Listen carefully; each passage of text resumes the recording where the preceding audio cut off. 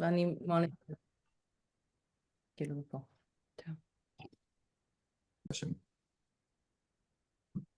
Okay. Shalom, everybody. I'm Yair, and today we have a special Zoom webinar with people from our community here in the United States, and more importantly, family members of the kidnapped families that we're going to get to learn their story, and more importantly, hear what we can do from the United States, from all over the world, to help get them back home ASAP right now. My name is Yair, like I said, and I represent several organizations, including Hope for Israel Alliance, which is an international organization of expats, mostly Israelis living in Canada, United States, Europe, Australia, and more. And really what this organization is standing for is to support Israel, support the Israeli people and the democracy, and fighting anti-Semitism anywhere in the world. I also represent, in Daphne as well, the American Jewish Medical Association, which is a large national, huge national, relatively new organization to really try to support healthcare providers within this last year plus of anti-Semitism that we see in healthcare. So I want to introduce, first of all, Daphne and Michal, and I promise that I'm not going to embarrass them, but everybody who lives in the greater Philadelphia knows them because their passion, their true core, I don't know why specifically they have been so into the whole kidnapped family, and but they have been nonstop for the last 14 months. I'm sure that everybody in the greater Philadelphia knows all that they've been doing, bringing people together, arranging events. Daphne's 3 kids are actually, daughters are in Israel. One of them is just finishing the IDF service. And really they're unbelievable in terms of how much they care. And just to give one little anecdote, one of the events in the museum, when we brought back, I came with Michal and Daphne to bring back the big signs of all the people. And when I helped take them out of the car and put them in Michal's house, I accidentally put one of the pictures facing the wall.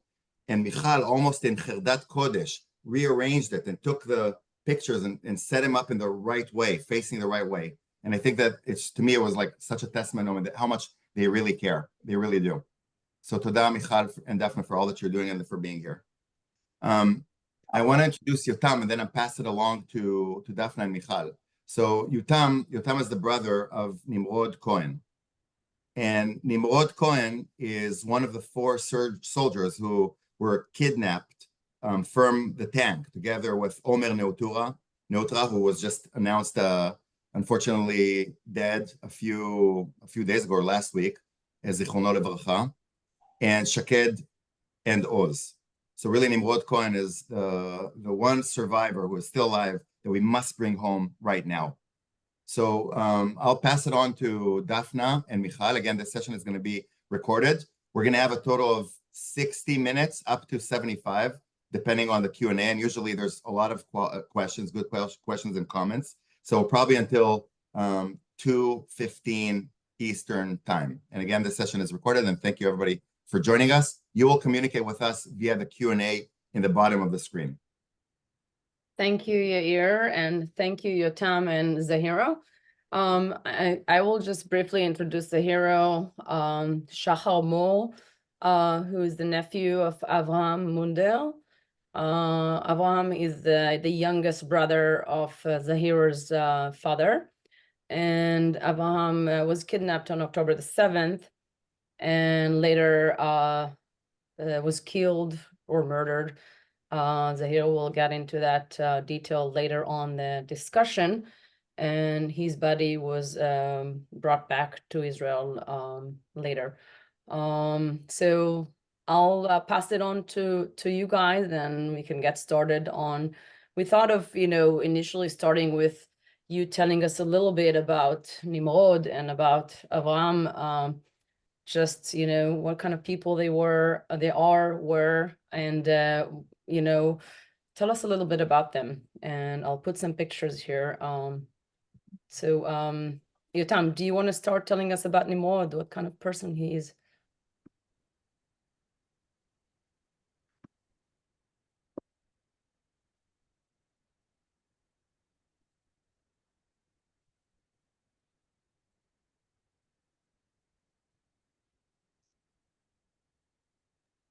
Hey, can you hear me good?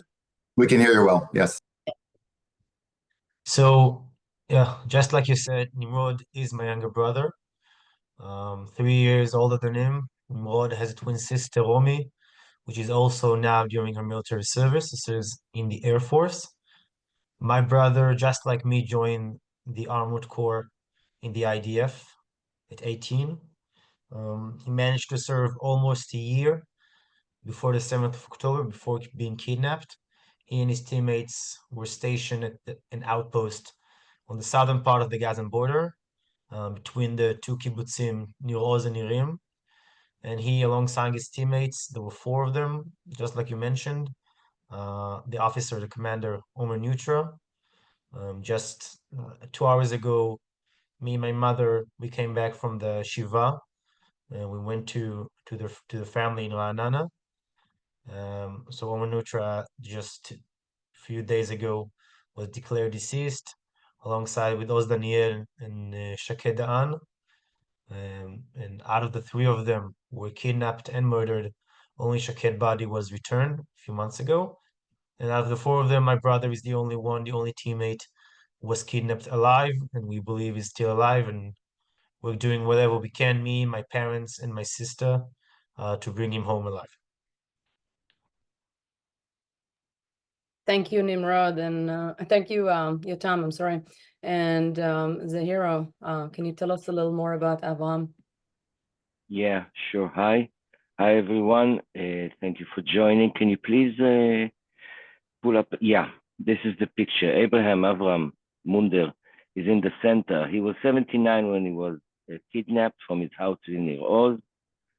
He was kidnapped apart, separately from his wife. You can see here my auntie Ruth, from his daughter Karen, right to his left, and the only grandson Ohad that you can see here was 9 years old. He celebrated his 9th birthday while in captivity. The three of them, my auntie Ruth, my cousin Karen, and their grandson Ohad, were released on the first day of the hostage exchange deal. Ro'i, my cousin Ro'i that you see on the far right, was murdered. His house in Nir Oz, in Kibbutz Nir Oz, they all lived in Nir Oz. Karen and Ohad live in Kfar Saba. They came to visit the grandparents for the Simchat Torah. Ro'i lived like 400 yards from his parents in the kibbutz. He was 50 years old. He didn't have kids of his own. He was a very dedicated son to his aging parents.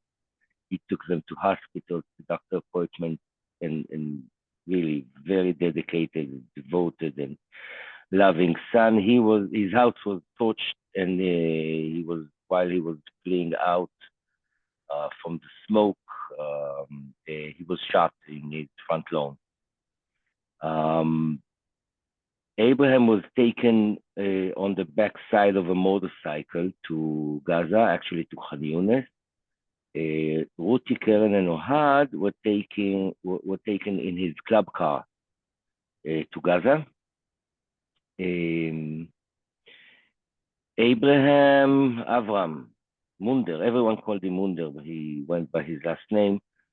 Munder survived. Apparently, on his way to Gaza, he fell from the backside of the motorcycle. He's 79 years old. He used a walking cane. He had very poor eyesight.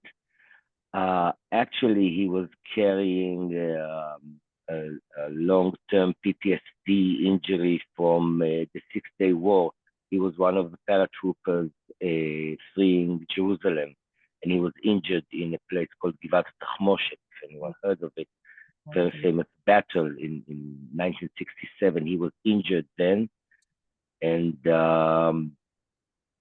he was in a very severe state of stress for the past 10 years from all the alarms and aerial sirens that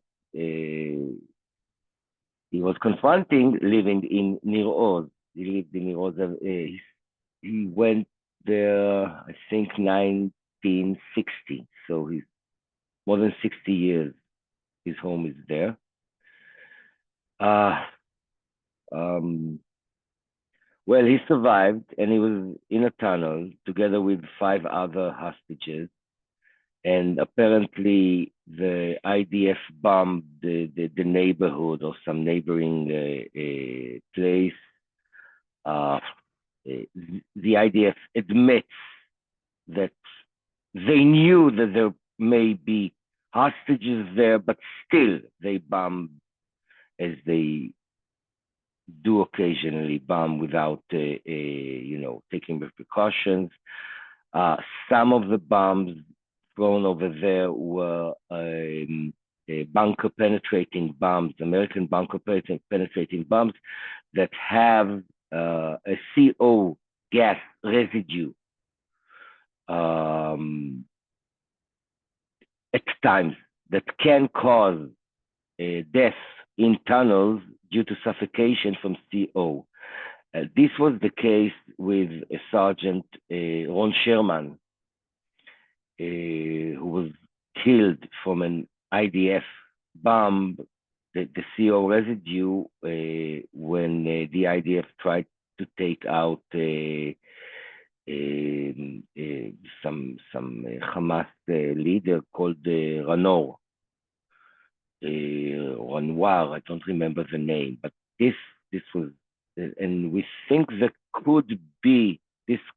the death of my uncle could be from the same reasons, because apparently, together with the 6 bodies of the hostages, 2 of their captors' bodies intact were found on the same spot, and their captors died from the CO gas. So even if their captors would not have killed them, they 100% would have died that day from the CO gas residue taking over the tunnel that they were held in. Yeah, Abraham was, he was a gentle, very shy man, very into himself, very loving, very dedicated to his family, to his community, to his kibbutz that he built in 60 years. The last 10 years with all the Tseva Adom and his own PTSD condition made him extremely scared, extremely cold. He didn't leave the safe room for 2 years. In Nir Oz, they had 10 seconds of 10 seconds. Once they hear the alarm, they have 10 seconds to get to the safe room. And he, of course, couldn't move anywhere in 10 seconds. It took him a lot more to just, get up from his chair or whatever. So he just lived in the safe house. He didn't come to my father, his brother's birthday. I remember a few years ago, because he was too scared to get out of the safe house and go to the car. And what will happen if during the ride there will be an air siren? So he was completely into this whole cycles of war. Every time there was, and there was plenty of times, sometimes 3-4 times a month, there was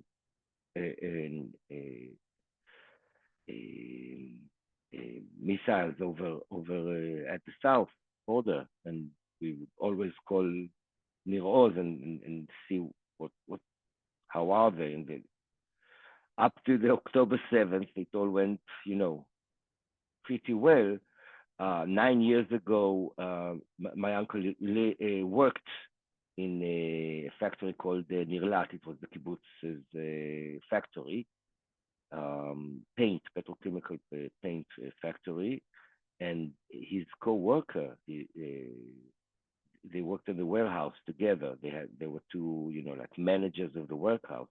His co-worker got hit by a missile 9 years ago and killed on their spot.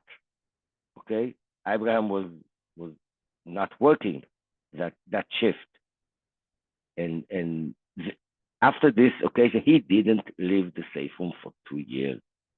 Okay, And this was his life. And actually, the last part of his life was his worst nightmare coming true. This was, his worst fear for 10 years at least of this, repeated rounds of aggression, and then, some quiet, and then aggression again, and violence. And these cycles, repeating cycles, didn't do him good, didn't make his condition better. And I think, he survived the Gaza tunnels for more than 4 months. Actually, he was injured while he was taken. He fell from the bike, and he was injured, and he was getting better. He healed from his injuries. It was a long, long time. Okay.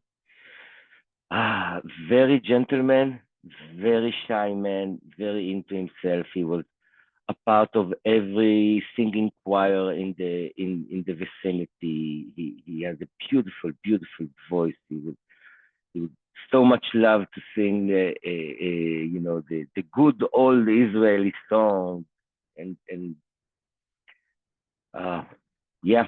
Thank you. What more can I say? I can Yeah. talk for Thank you. hours, but I think. Thank you so much, Zahira, for, really making us feel what kind of a person Abraham was, and how devastating it is to, like you said, that his worst nightmare, after he had PTSD already from the 6-Day War, have basically just came true. Materialized in front of his house, Yeah. and his kibbutz was burning, and he was taken out on the bike, and he saw That's- houses burned down, and people shot, and bodies all over, and that's just then devastating. yeah, it's horrible. And so thank you for sharing all that. I did want to ask, and maybe Nimrod, and maybe Tom, you can tell us a little more about what does the life of a hostage family look like? How do you wake up in the morning, and how does your schedule look like? And I'm sure, your whole day focuses on just advocacy and work around that, but we just like to know a little more about that. So, I think the basic level, or the first understanding you must realize that everything changes. On the morning of the 7th of October, we realized that the way we lived our lives is not going to be the same. And I think there are multiple dimensions to this. On the most basic level, your family that you used to have. I mean, I used to have two relatives, one sister, one brother. And for the past 14 months, I only have a sister with me at my house. For my parents, one of their children is missing. So I think the most basic level, the most day-to-day, something is physically missing inside our house and inside our lives.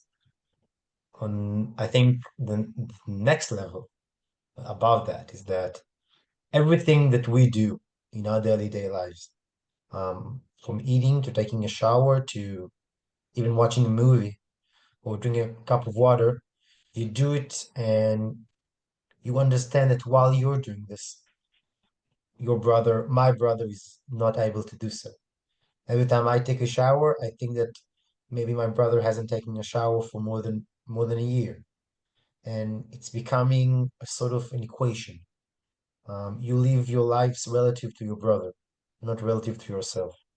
Everything we do with the understanding that what we are doing, my brother hasn't been able to do for an impossible amount of time. And I think that after these two basic principles, once you understand them, everything else changes.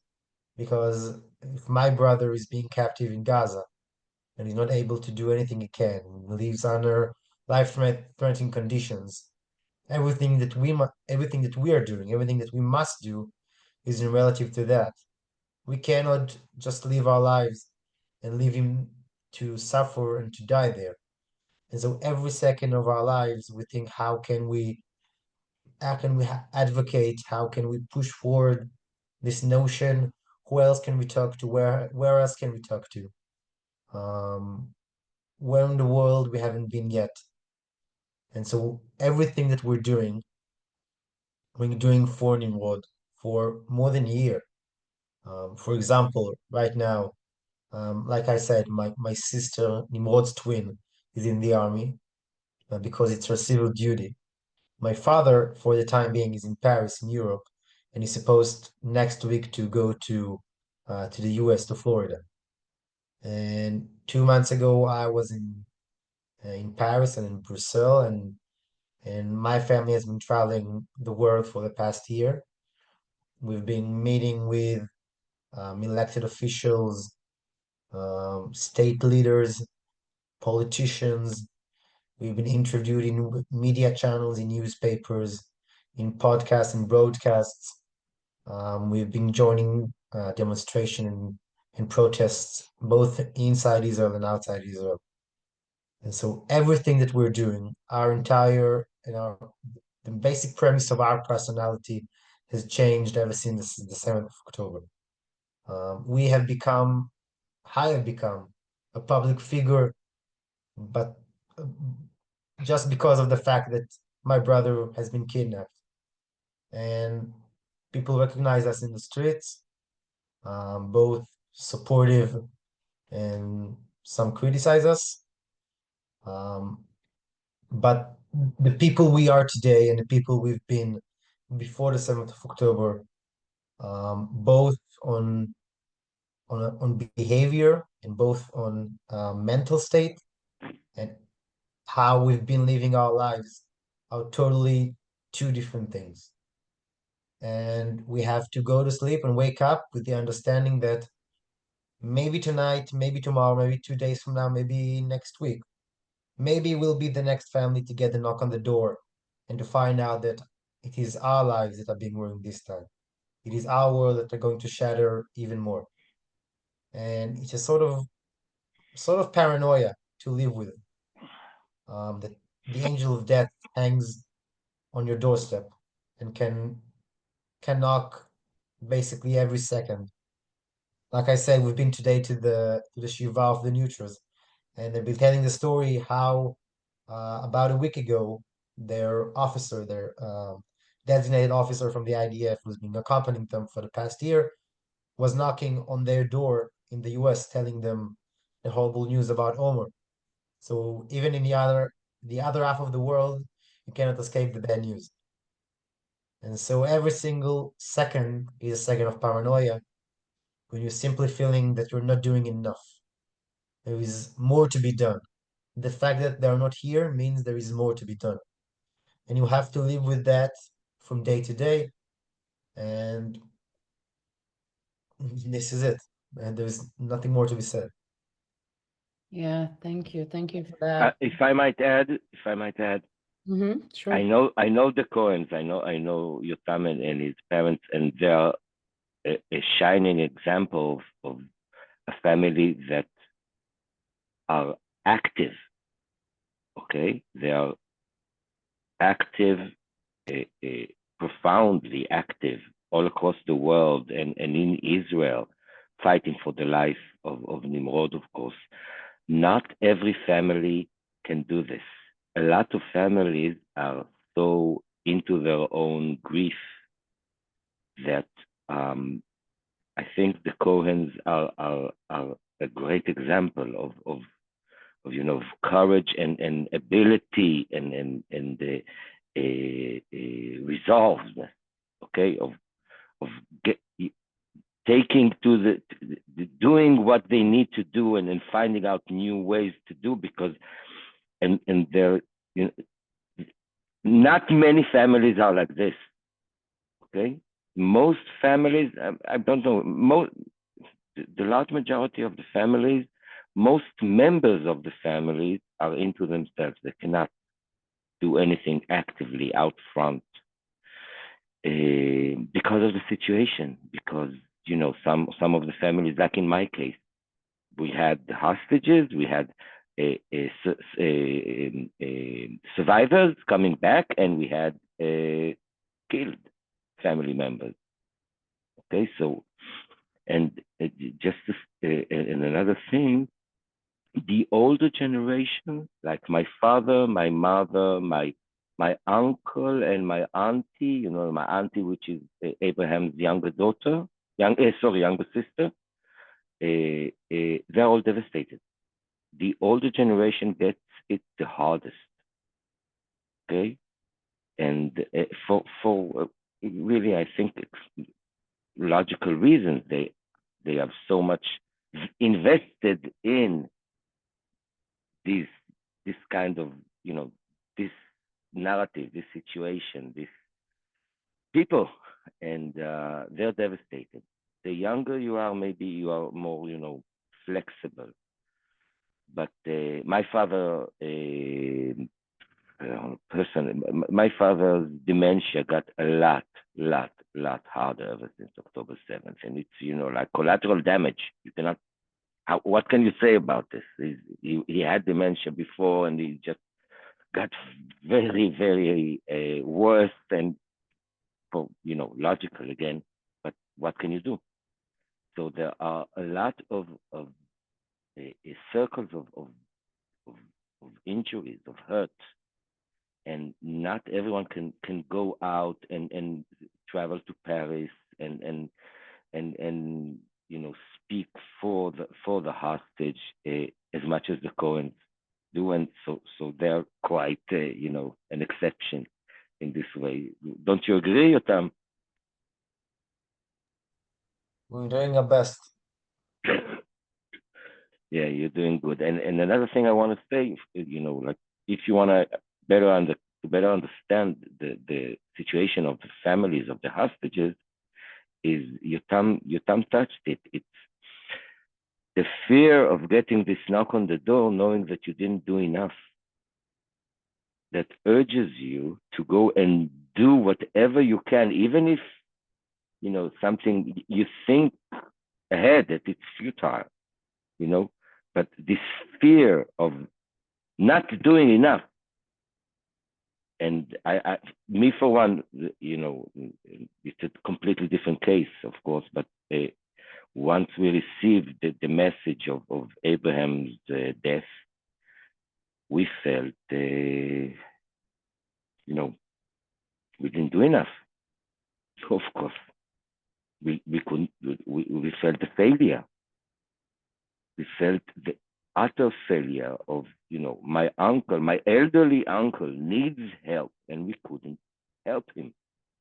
Whatever we did, we shouted. I went to the United Nations. I went to, you know, to London, to DC, to New York, to the General Assembly. I was arrested in the U.S. Congress for shouting during Netanyahu's speech, and we failed. And this feeling of failure will, you know, will not change. Will continue till the day we die. Just listening to both of you is really, you know, blood chilling. Like, I feel that I can't breathe when I'm listening to both of you. Before I turn it back to Michal and Daphna, I just want to comment as a perspective an Israeli, for those people who are on this call and will watch this call who are not Israelis, know that just a couple of words about Yotam, because we had a long conversation a few days ago. So Yotam is also, was recently in the IDF. He was an officer, and he was a deputy commander of a unit of tanks as well. So he's very much involved, and he was in Gaza as well, and eventually was released. When you're released from the army, if you're an officer, you know, it's an extra year or 2 years in the army. But afterwards, most of the Israelis, they have their thing. You know, they need, like, we say, lenakot et harosh, to clean their head. He was planning on traveling, you know, in Asia and South America, being out for a few months, for a year, then coming back, do the SATs, psychometry as called in Israel. And, you know, he's brilliant. He's planning on a career as an engineer, most likely.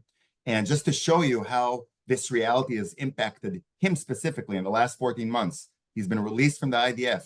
His life has paused.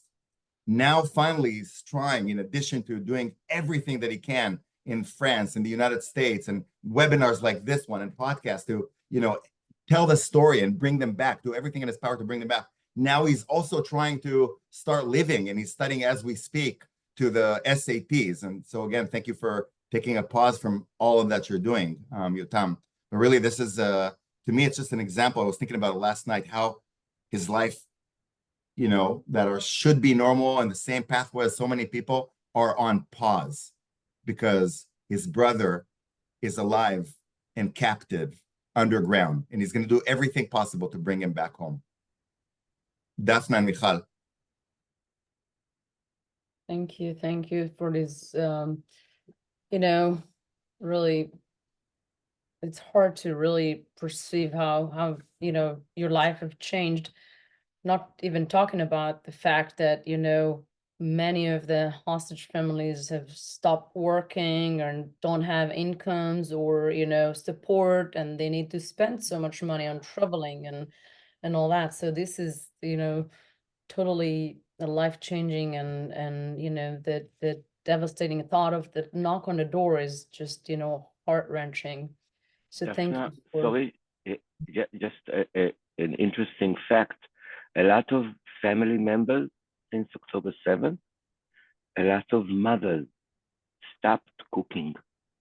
They cannot stand and cook. My mom, she cooked every day, every single day of her life. On October 7th, she can't cook. She buys food. Okay, she orders food. She can't cook. And I know some other. This is just an example. The mundane day-to-day work. Mm-hmm. Sometimes you just can't do it because it's too mundane in a way. If you understand what I mean. Yeah. And a lot of people just their lives change completely. Yeah, I've heard of a lot of families who stopped celebrating Shabbat because their loved one are not back home. One question that we have for Yotam is, do you guys know anything? Did you get any information? Did you get a sign of life or any sign from Nimrod? So I'll say that in the past year, we've been getting, let me basically explain this. Every hostage family has a designated IDF intelligent officers, which accompanies them through this horrible period, and every information the IDF receives gets to the family through this intelligent officer. So my family, and again, this is very personal and differs from family to family. We've been getting multiple life signs from my brother. The very recent one from July, which is more than a few months ago, which might seem like a lot of time. I think it's about 5 months without any life sign for my brother. But compared to, I think, most of the families or many other families, which did not receive any life sign and simply have to, I think, live on the basic hope, which is a lot. We also live on hope. Every family hope for things to turn up, I think, as positive as they can. And also for us not receiving any life sign for several months, we have to maintain the hope that everything is going to turn up okay, and Nimrod is alive and well. But at least we have something to comfort us, that we know that he survived the 7th of October, which is the most crucial, I think, step to survive. Because on a bigger sense, most of the hostages who survived the 7th of October managed to survive other time in captivity. Of course, there are few horrible examples, just like Zair's uncle Munder. But surviving the 7th of October for us is a very good sign about Nimrod, considering the fact that his other teammates did not manage to survive the 7th of October. And every time we've been getting life sign, and I think that every life sign comes to us about a month apart from each other is like another shot of adrenaline to us. I think maybe you can think about this like food or water. This is the food for us. This is what we consume to stay alive. Every life sign, every call from the intelligence officer to my mother, to my father, to me, it's like having another good meal, and it gives us the strength to continue fighting, knowing that indeed he is alive. And again, from the last life sign was from July, which is a lot of time ago. But I think it's the best we can hope for now. And we're still waiting for any new life sign to turn up. And we're asking every week, all the time, and just waiting for another round of good news. I have a follow-up question to both of you, Zahiro and Yotam. It may be a little bit early in the conversation, but we're a group, both people, the 45, 50, 60, hundreds of people who are going to be watching this webinar and similar webinars from the United States and Europe. We always ask ourselves, other than going to the protests and bring them home, rallies, the ones Michal and Daphne, for example, arrange in Greater Philadelphia so frequently, we always try to find out and think what else can be done. And many people have reached out internally to each other recently, just in the last week or so, because there's signs. I mean, there's always a hope, but is there something else that is happening that maybe is now yet another opportunity? We heard the message of Trump that he really wants things to happen until he's in January. We saw the movie of Matan that the Hamas released. And there's also a lot of talks in the last few days of Qatar mentioning that there is some sort of a reinitiation of talks, negotiation between Hamas and Israel. And more news, even what happened in the last 24 hours in Syria, this domino effect that everything is interconnected. So my question, I guess, to you is, do you feel that now we're facing an opportunity, and what can we do from the United States, from the world, to help? I'll go first. Yes. I can tell you, yesterday the Hamas released the Matan Tzangauker's video, which was, like segue from Yotam's words, like this is a sign of life after a long time that the Tzangaukers didn't get any sign of life, and you could see a lot of people came up to me yesterday and told me, "Wow, this is like." Stairway to Heaven, Led Zeppelin Stairway to Heaven, there's this, and the forest will echo in laughter, and in the recording, the other recording, not the studio recording, the Robert Plant asks after this, does anyone here remembers laughter? And this is what we felt yesterday. We felt joy, we felt happy for after such a long time of horrible, harsh news, week after week, day after day, we got a sign of life, and people were elated from this. Okay, and yes, I think, my humble opinion, of course, I think there is a reason to be optimistic. For the death toll is too big. Everyone, even the parts of the population that were pro the war, and the death toll is too big. The atrocities in Gaza are too vile. There are too many things. We must stop this war and bring them back. The war is the main obstacle for bringing them back. This is, the Hamas's demand from day one, from October 7th. Stop the war, you'll get them back. And since Israel has been reluctant to stop the war for various reasons for the past year, I think now, in a very macabre way, the body count is too big on both sides, okay? The death toll is too big. The aggression has gone out of hand, completely out of hand. So I think there is a reason to be optimistic that Trump's tweet or truth or what have you really changed things here. People think differently, and very cautiously, I can say that even the old Netanyahu's base is starting to think that maybe this war could be ended. Okay?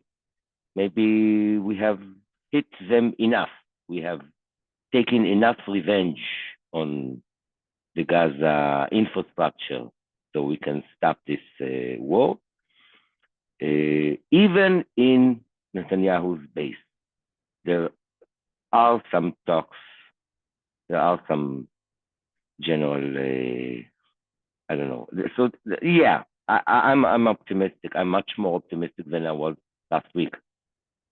Okay, I think Matan Tanzaukel's sign of life really helped in formalizing this, and yeah, I hope for the best because it has been too long. Cool.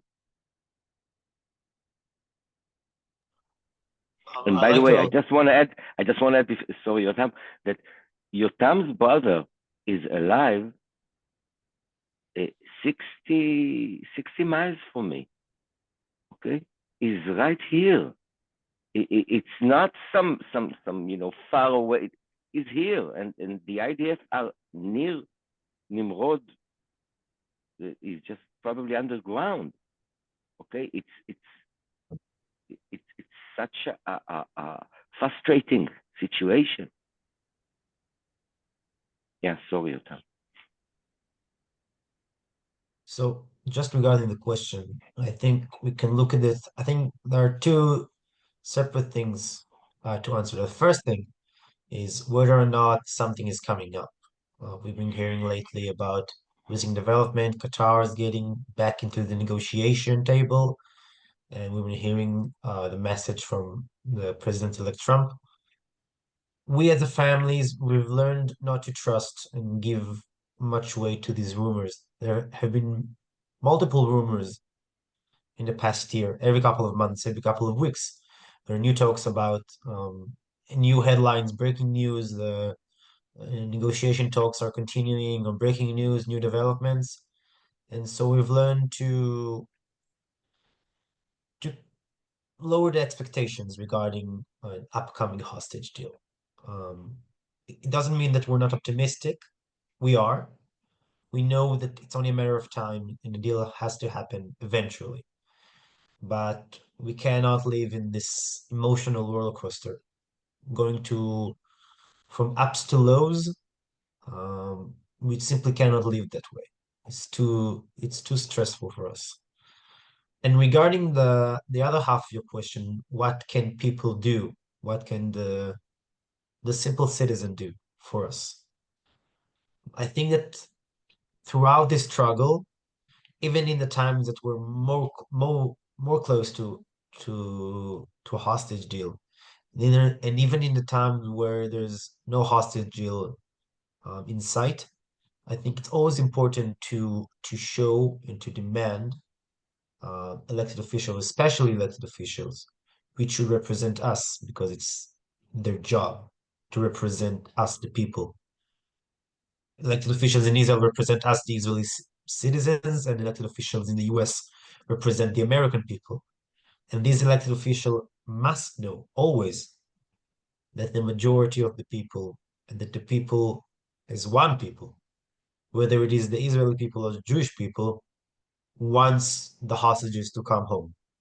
Once the government and multiple administrations, both Israel, US, wherever in the world, must do whatever they can and even pay some high prices or costly prices to get the hostages home because it's their obligation as our representatives.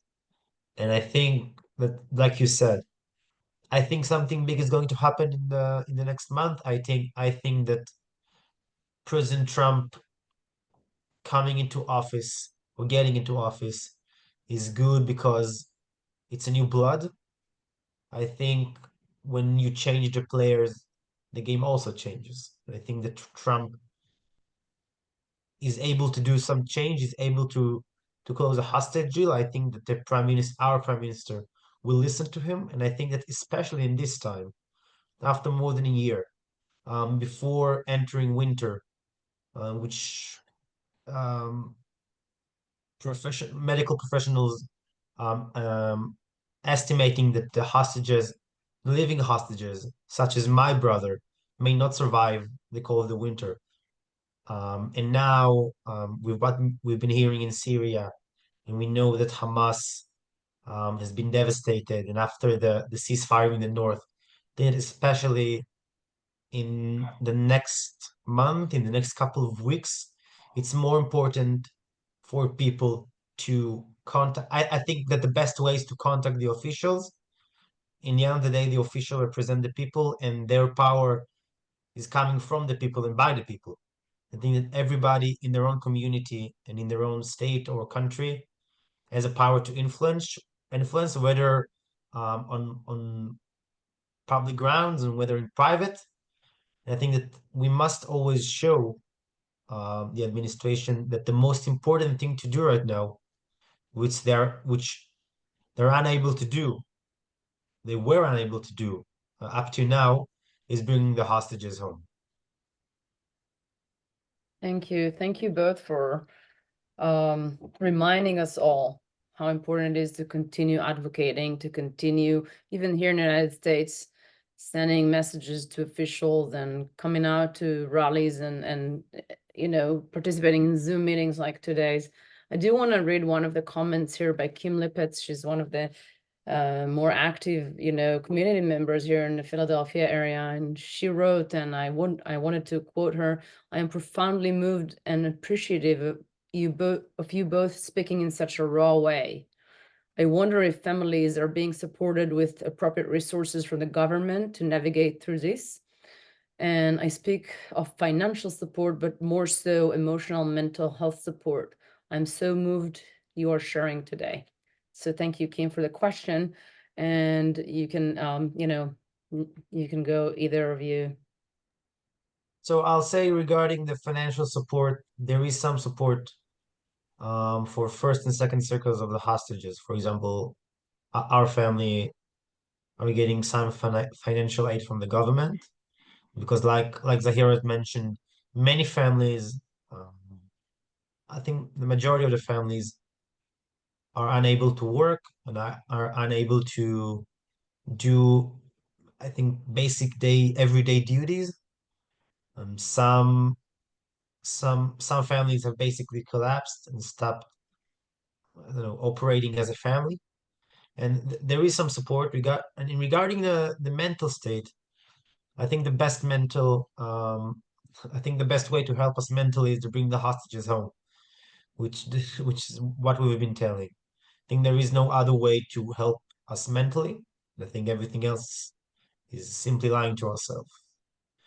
The most, I think the most productive way to help us, both financially and mentally, is simply bringing back the hostages. And we as a family, we as families want the government and our officials to focus more on bringing back the hostages and focusing their efforts, which they're not been doing so far, to bringing back the hostages and not giving us money or other, I don't know, psychologists. I can say that Yotam is, of course, first circle. I'm not first circle. I didn't get anything from the government. I'm a cousin. I'm a nephew. My father did get some financial aid, being a brother of, but then it stopped, of course, when Abraham was declared dead. Psychological, we get nothing from the government, me and my family personally. And we're not expecting anything from the government. What I can say, and I just want to frame it, maybe just go back a second to the previous question. I wanna. Here's the thing: the Biden administration was a complete failure in regards to the hostage situation. You can say Benjamin Netanyahu manipulated the Biden administration. You can say whatever you want, but the fact is that the Biden administration for the past year has been arming Israel in Israel's campaign in Gaza, has been, standing together with Israel, vetoing everything against Israel, 100% backsiding Israel for the past year, arming Israel, sending the IDF the actual bombs that killed my uncle, okay? And I, for one, think Biden was a complete failure in this regard. So maybe, I'm not a Trumpist in any way, and I'm not an American citizen, of course, but I think President Trump coming to office this January will change everything, because for some reason, Netanyahu knew how to manipulate Biden into, Israel, into Netanyahu's interest. And I don't think he will be able to do so to Trump that easily. I hope. Okay. And touching this point, I have to stress out that the American military-industrial complex has a say, has a place in this campaign in Gaza. Okay, and this is something that you all can do something about, because the administration's stance is bring back the hostages, stop the war, 100%. But for some reason, the military-industrial stance is also taking place in Americans' interest, feeding this cycle of violence. And this is something that American citizens could write to their constituents about. And this is something,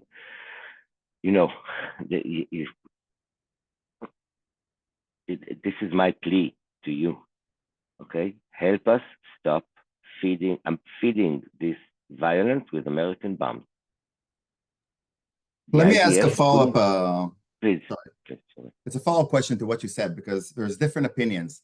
But I'm sure that, unfortunately, in the last 14 months, you have both been, seeing and hearing American Jewish people.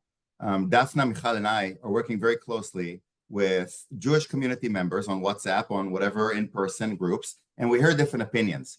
And I think the big, kind of before what you just said, Zahiro, there's a question backwards, because the assumption of the American Jews, and this is what they know, is that we support Israel in always. We support Israel, and that's kind of like been the case since the Holocaust, perhaps. And the government of Israel is elected democratically, and the government is the body that basically works with all the resources that we don't have, the normal people, even Israelis, in terms of exactly the intelligence of what's happening. Maybe the Hamas is not destroyed yet.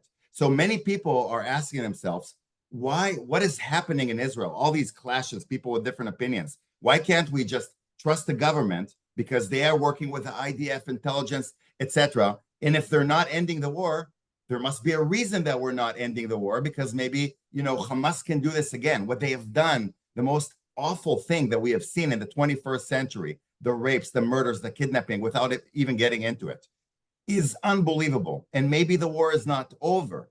And I'm telling you, both of you are very raw and open, as Kim said, and I'm open with you, because many people feel that, if the government of Israel is not ready to terminate the war, maybe the goals of the war has not been accomplished. Maybe there's something else that they're reaching out by destroying. Maybe if we do some sort of an agreement, this will jeopardize Israel yet again in the future.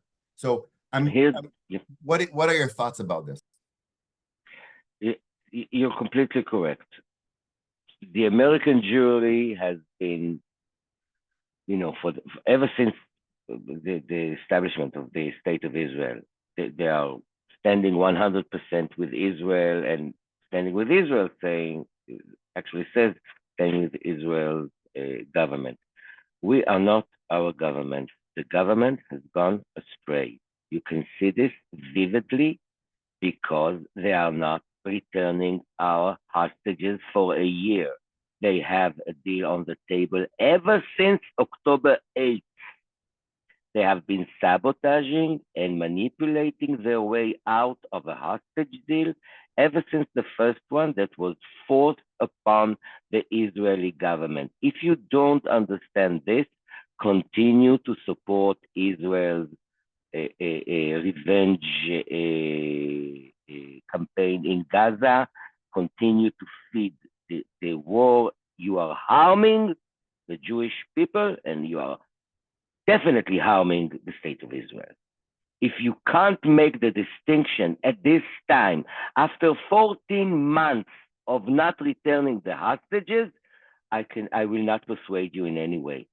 But if you have eyes, ears, and a heart, and you see that after 14 years, the government of Israel has done nothing, okay, not nothing, has done little, has not done the utmost to bring back the numbers are getting smaller by the day, by the weeks. Okay, by now it's 100, and I just came back from the 101 funeral in Be'eri on Friday.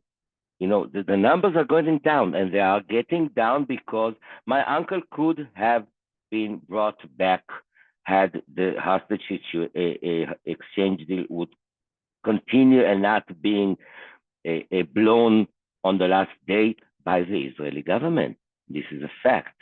Now, if you don't know the fact, we can educate you with the fact. You can educate yourself with the fact.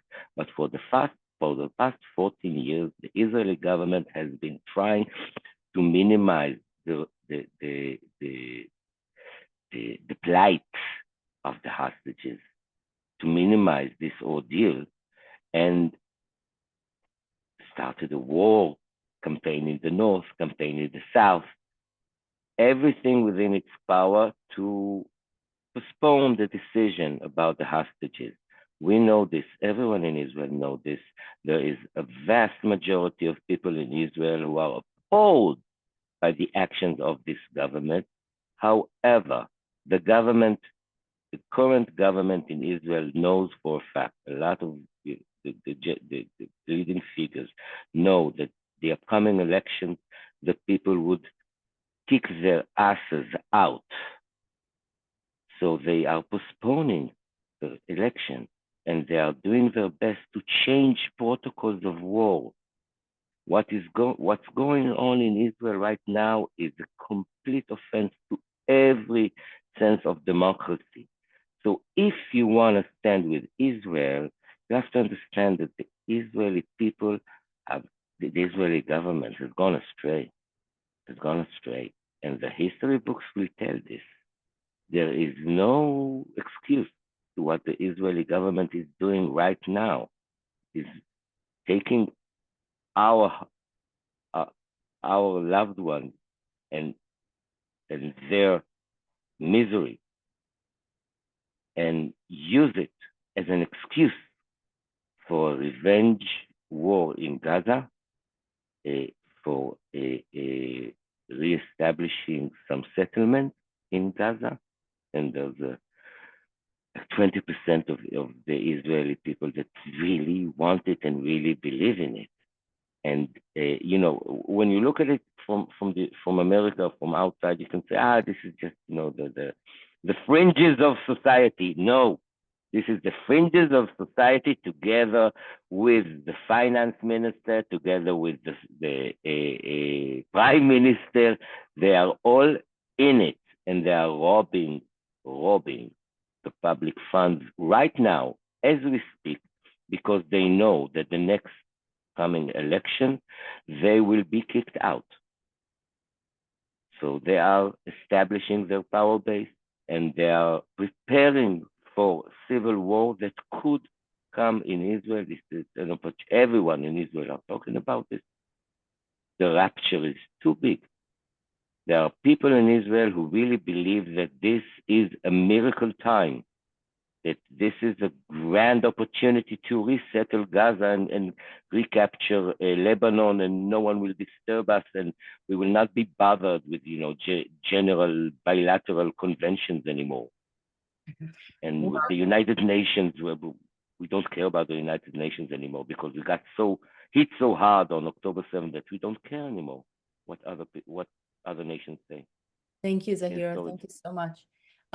One of the question that I have, or actually I wanted to say something first. It's amazed me that families that who are loved one got returned either at the last year deal, or was rescued, or unfortunately their body came back to Israel, are still coming and fighting for the other hostages. And that's something that always amazed me, where they get their strength to keep fighting even though their loved one came back.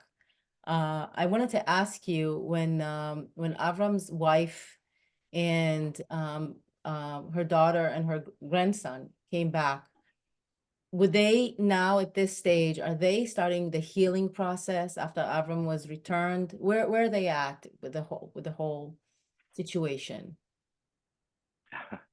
Fortunately for me, I can answer this really easy because my cousin Karen gave a speech last week on Heritage Square, and she addressed this question, like, how are we coping after getting back? Right. And her answer was, we are not okay. We are not okay. Okay, I'm not talking, and even especially now after getting the message for her father's death, 2 months ago, they are not okay. They have, and they have been in captivity for 49 days. Think about 420 something days. Okay. They have, profound fear woven into their fabric of reality. And so the healing they are did not not okay. even start. The healing did not even start. My cousin stated specifically, the healing cannot start while there are still people in captivity. The people that came back from captivity are deeply connected to the captivity experience, of course. So they are deeply moved and deeply they are feeling this, very profoundly and very deeply. Yeah, I can see it in my cousin's eyes and actions. Of course, it bothers them. It disturbs them. It's for them much more than us, maybe, because they have been there. They have lived this reality. So this unimaginable reality for us. Yeah. I think that some of them may even feel guilt for coming back, leaving behind some of their friends or people whom I they can were tell you, in captivity with. correct. I can tell you that some nobody talks about it, but there are some suicides, not from people that came back, but from people that were saved during the Nova Festival. I know young people over there. There has been several suicides. Okay, even without being taken into captivity, the guilt of seeing your friends being killed in front of your eyes sometimes, and knowing that it's trivial decisions, take a right turn or a left turn that kept you alive in this situation, is very hard to live with.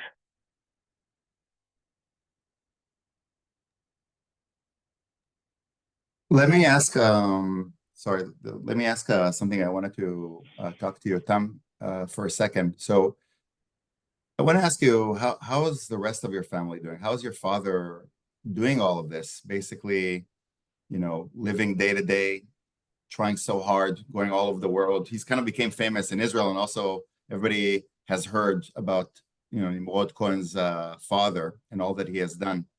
And also, I want to ask you is, how is the connection? Maybe you can tell us something about the other people who are still in captivity and, kidnapped. Are you communicating? The families are basically in touch nonstop and supporting each other, like you, like your father, your sister, others? I think that we as the hostage families, we've developed bonds together. I think we became at a certain point one big family. Some more, some less, but at the end of the day, we support each other as much as we can because we're in the same shoes. Regarding my father, I think just like I said before, there where we find something to do, we're doing it. Where there's something to be done, of course we're going to do it. Just like this, for example. If I have spare time and something comes up, it's stands for granted that I'm going to take this opportunity to further as much as I can the release of the hostages. But I want to clarify something in regard to your previous question about the Israeli government and what's been going on in Israel. And I think that I can give my unique point of view. Just like you said, at the start of the war, on the 7th of October, I was an officer in combat, in active service. And for the first 2 months of the war, I've been both inside and outside Gaza. And I've been fighting along with my troops and with my unit and company. And after several months, I finished my service enjoying the public side of the fight, both in Israel and outside of Israel. And I think that when you look at this, at what's been going on in Israel from the outside, especially from the US, it's very hard to see how the timeline has been developing in the last couple of months. What's seemed to be at first a very justified and just war in Gaza, we as the IDF, we as the army entered Gaza hoping to bring back the hostages and bring retribution to Hamas for all the terrible things that they have done to us. And I think that what started as a just and righteous war, after a couple of months, became a senseless. And I think that by this point, for the past couple of months, and I know this both from talking to senior officials and both for my friends who are still in active duty, that the war, especially in Gaza, is not going anywhere. Soldiers keep on dying on the same places, for conquering the same places and same area where they've been operating a few months ago, which they keep on leaving and returning every couple of weeks. I think that from about May, which is before we enter Khan Yunis, which was the final draft of the hostage deal, which is the same draft that is on the table ever since May up to now. Speaking of the return and release of all the hostages, which eventually result in the end of the war in Gaza.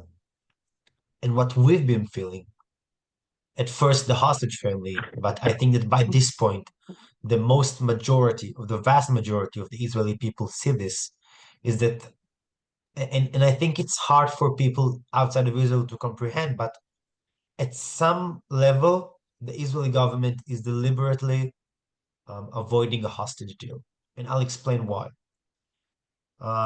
We, as a family, as a hostage family members, we have many meetings with seniors, both officials in the army, high-ranked officers, and both the Minister of Defense, Knesset members, ministers, both in Israel, and we've been talking to prime ministers and senior elected officials, both in Europe and in the States.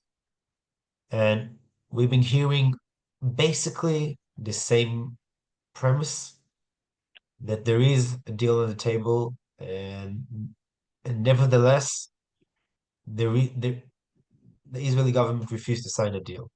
For I think the past 3 months, every other week there is a poll, a public poll on all the big news, the big broadcasting channels, and you can see that every single week, the most majority of the Israeli people, about 70-80% of the Israeli people want to end the war in Gaza and want to do a comprehensive single-phase hostage deal to bring them all and finish, I think, the hell that we are experiencing in Gaza.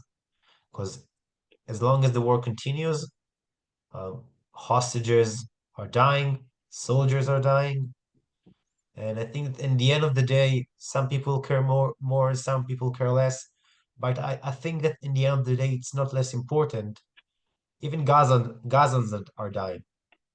And outside Hamas terrorists, which should be dead, there are still civilians there. And I think that at the end of the day, we as the Israeli people want to return to a period of peace and want to rebuild and rehabilitate. And I think that the other side, and I do believe there are innocents on the other side, I think they want to return to their lives too. And I think that for us as human beings, it's not less important.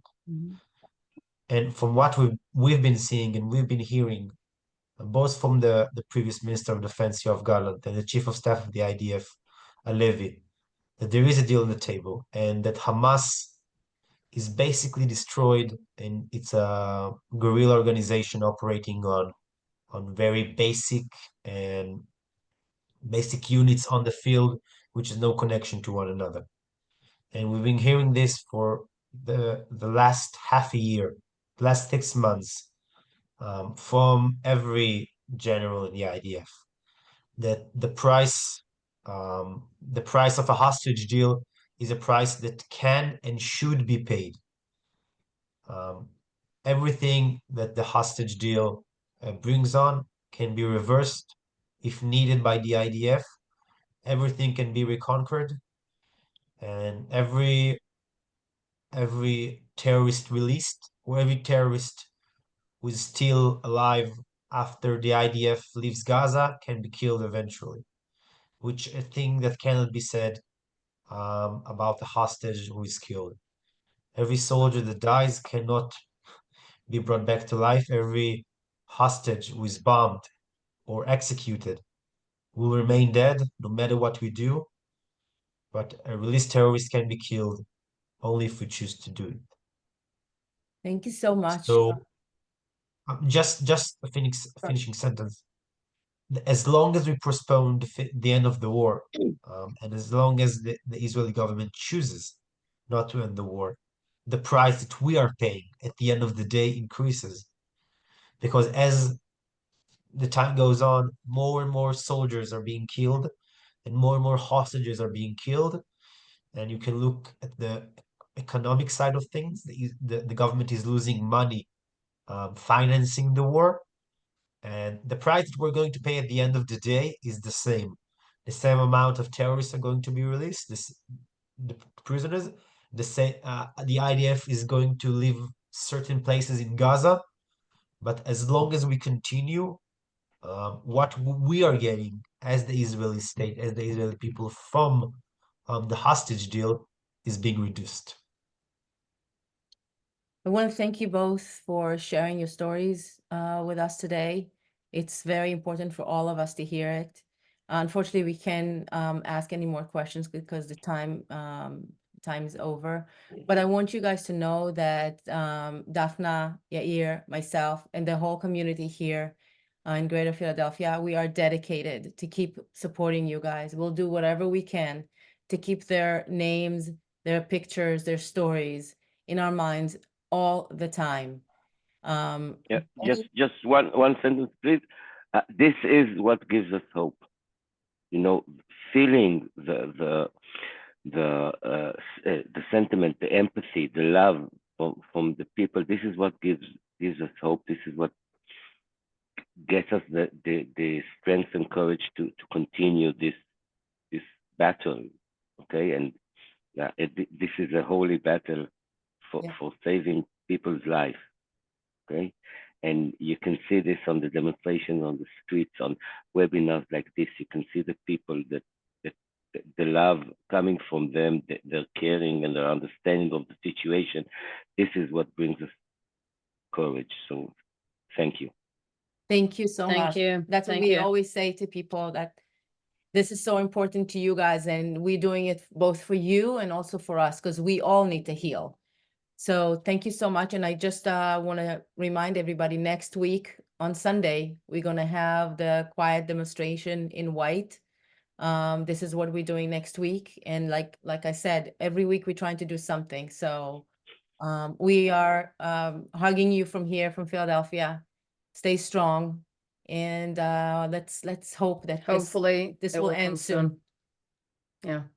There's a window of opportunities now with all that's going on in Syria and everywhere. Maybe that's the time to get all the hostages back. It's a Things change. Yeah.